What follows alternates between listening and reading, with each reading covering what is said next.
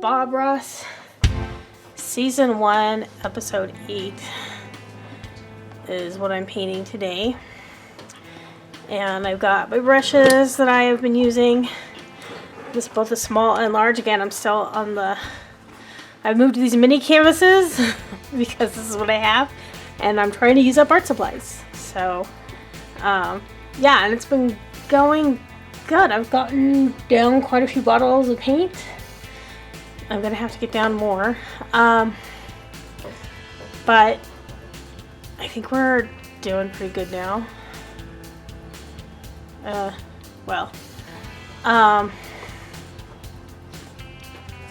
was curious. I was looking to see how many. I was going to see. I think there's 13 episodes in season 1. Yeah. So there's 13 episodes in season 1, and I've gone through 7.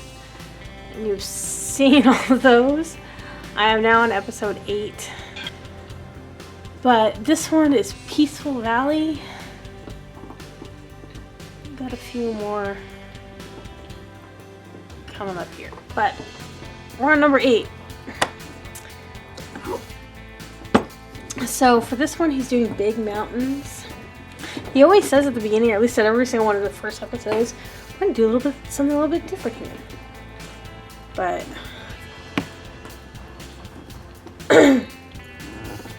let's see here. So some interesting observations from the last one, like this antique white has been great. This white has not been as great. But we're just going to prepare with both. So, and I know he's going to start with some blue. So I'm going to use this Ocean Cruise. These bottles are really old. Let me see how old this paint is. Let's see what it tells me. I don't think so. They don't have anything on a dating on them other than the way the label looks, maybe. Yeah. Didn't expect that, but sure. Alright. Lots of blue. And we'll start with these colors here just so that you can see them.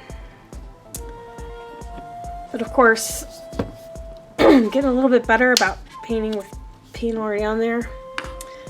These little ones are not like primed at all, so I'm going to sort of bend that on there.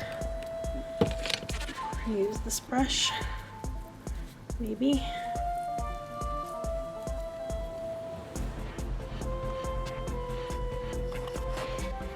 To get it ready to go.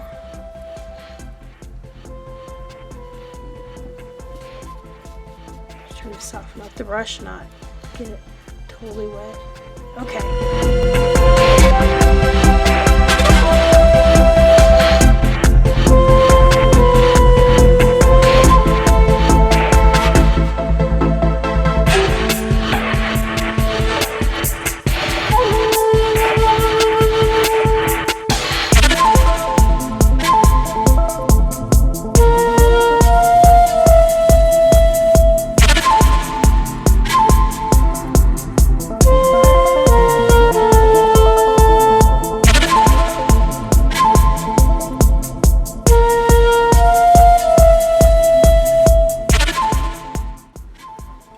Okay, so hopefully you can see, because this is really like one of the things I've learned is to really mix your paint a bit and then drag it off the brush as much as you can so you have only a very little bit of paint on it, and then do this. So you saw me just put the gesso down before this, and then do this. So to get to this point where it's not,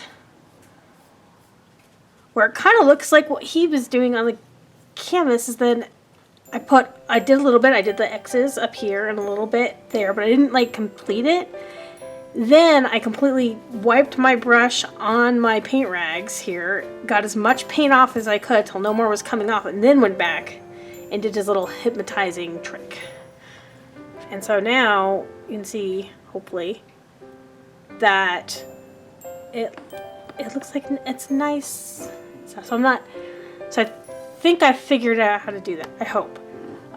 Cross my fingers that this doesn't become a giant fail, but I'm gonna wash this brush now.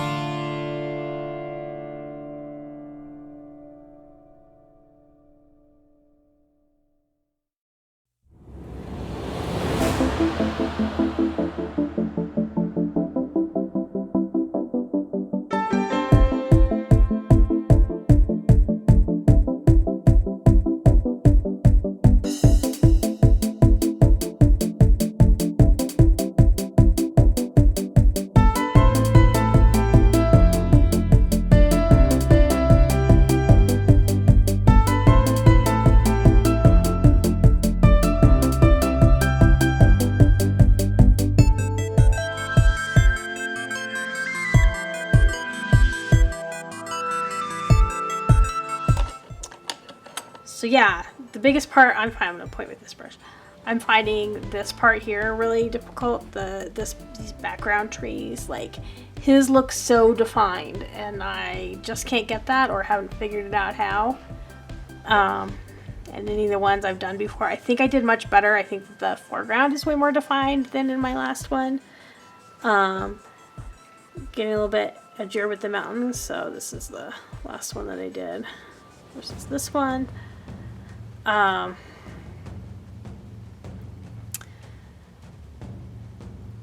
did like going back in better, I think.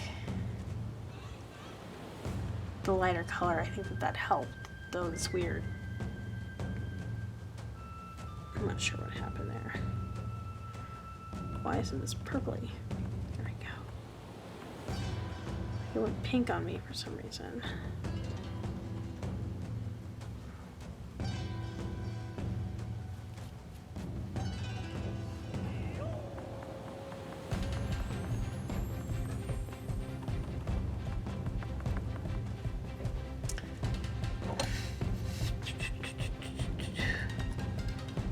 In and out. Oops.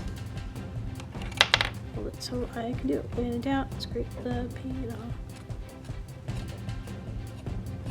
There we go. That way I don't lose the definition. This is where I guess he describes people being too fiddly.